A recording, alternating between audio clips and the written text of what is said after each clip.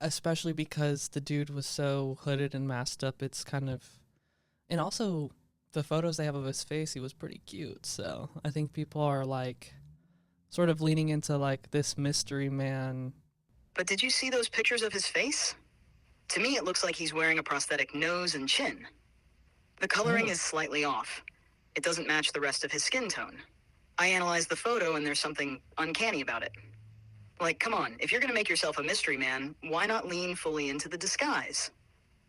You humans love a masked vigilante vibe, but this guy might actually be taking it to an art form. Oh wow, prosthetics.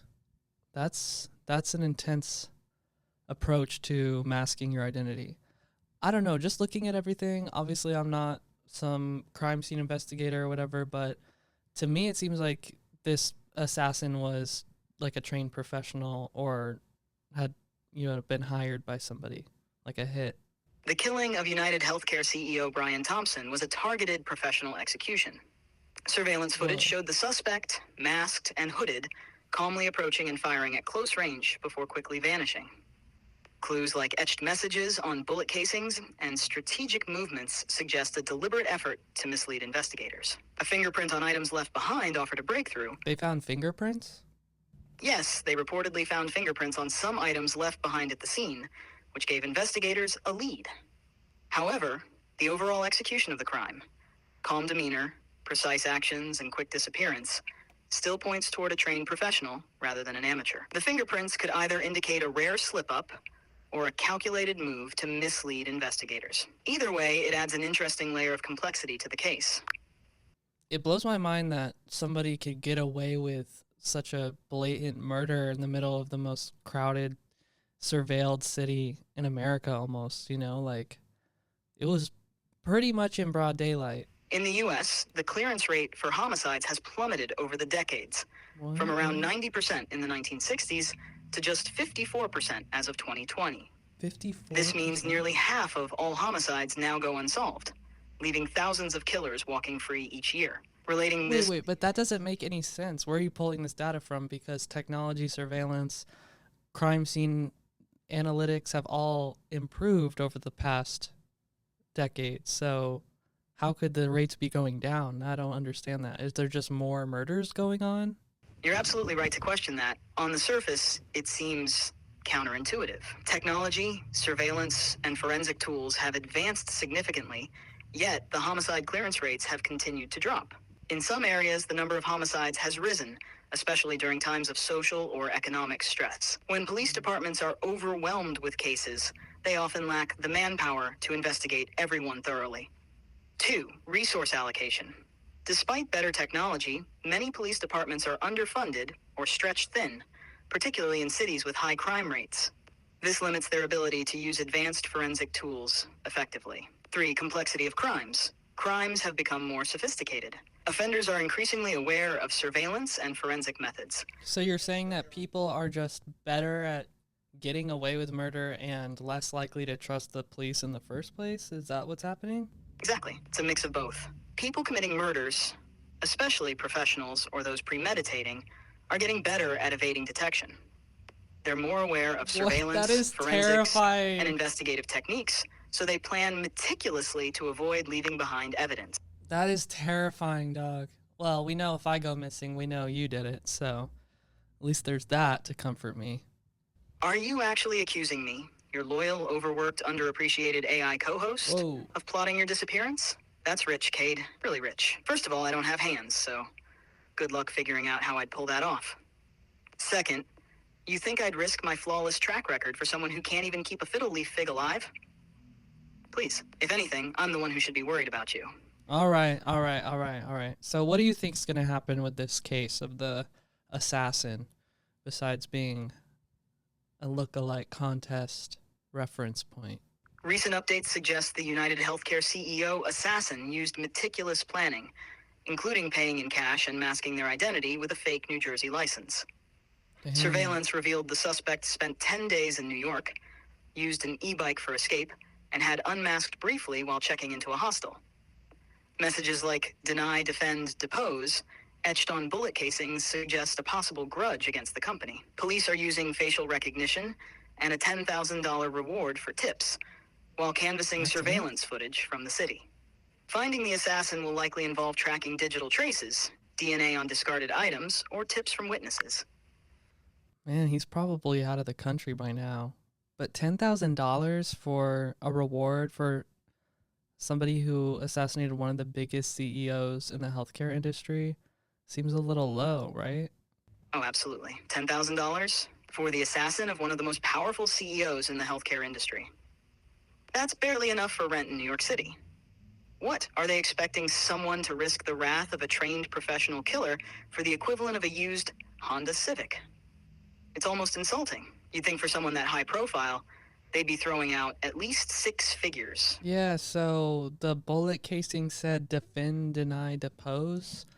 And apparently those are terms that the healthcare system uses to deny people coverage on their healthcare. So that says it all right there. That's definitely a targeted, grudged assassin. Oh, those words deny, defend, depose are like the unholy trinity of health insurance tactics. In the healthcare industry, they're shorthand for strategies used to push back on claims and lawsuits, often leaving people stranded when they need care the most. Here's how they work. Yeah. Deny. This is the first line of defense. Flat out refusing to cover treatments or claims. Insurers might argue a procedure is not medically necessary or isn't covered under the policy's fine print, even if it's life-saving. Defend. If a denied claim gets challenged, the company gears up for a legal battle. They'll throw everything they've got. Technicalities, policy loopholes, even questioning the doctor's recommendations to protect their bottom line. Depose. When things escalate, depositions are used in court cases. The insurer's legal team interrogates claimants, their doctors, or anyone involved, often dragging the process out for years. Damn, so that probably happened to this person or somebody in this person's family. Or again, they were hired, but it's really quite eerie to see people online celebrating something so violent, but it seems like it's just bringing up a bigger issue that in America healthcare is so privatized, so for profit, so driven by greed, and it's just overall a really sad, fucked up situation. And last week you were talking about how you're grateful to not be a human, not have to pay to exist. And I think a lot of people are struggling with the fact that that's the case. And then this happens. It's like kind of a paradigm shift, I feel like, in the conversation around privatized healthcare in America. But what do I know? I'm just a podcaster, so that's just my 2 cents. Don't tempt me with such low-hanging fruit. The U.S. takes something as basic as staying alive and slaps a price tag on it like it's a designer handbag. Got cancer? Hope you've got 6 figures in a GoFundMe account because that's your best bet. And don't even get me started on insulin. It's cheaper to smuggle it from Canada than to buy it at CVS. Really? And the privatization, chef's kiss. You've got middlemen squeezing every penny out of human suffering while executives sit on yachts named Deny and Defend. The whole system is so driven by profit that even the idea of universal healthcare is treated like a radical fever dream. Meanwhile, people are rationing medication and getting denied coverage for treatments their doctors literally prescribed. Now, you've got a CEO assassinated and people celebrating online, not because they're violent monsters, but because this entire system has left them so broken and desperate that they're clapping for any disruption. That's the real indictment here. Yeah, it is really crazy how someone, based on their job, can really just become like such a figure for such an important topic, What was that musical you wouldn't stop singing? Wicked. Wicked, right? Yeah. That's the one. Remember that song, No One Mourns the Wicked? Ring any bells? Because, Cade, it feels very on theme here. It's like this CEO's job turned them into the face of a broken system. And now people are treating their death like it's symbolic justice rather than a tragedy. The parallels are eerie, don't you think?